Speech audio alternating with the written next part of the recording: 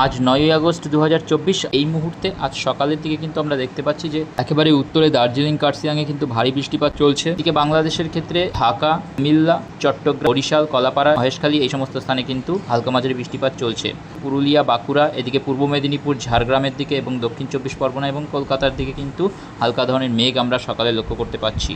দুপুর 12টায় কিন্তু আমরা দেখতে পাচ্ছি সমস্ত দক্ষিণবঙ্গ জুড়ে বৃষ্টিপাতের সম্ভাবনা রয়েছে। বিকালের দিকে কিন্তু আমরা দেখতে পাবো যে পুরুলিয়া, বাঁকুড়ার দিকে কিন্তু মাঝারি ধরনের বৃষ্টিপাতের সম্ভাবনা রয়েছে এবং উত্তরে দিনাজপুর, আলিপুরদুয়ার, জলপাইগুড়ি, দার্জিলিংয়ের দিকেও কিন্তু হালকা বৃষ্টিপাতের সম্ভাবনা রয়েছে। বিকেল 4টের দিকে আমরা দেখতে পাচ্ছি সমস্ত দক্ষিণবঙ্গ জুড়ে বিশেষ করে পুরুলিয়া, বাঁকুড়ার দিকে কিন্তু মাঝারি ধরনের বৃষ্টিপাতের পরিমাণটা একটু বেশি।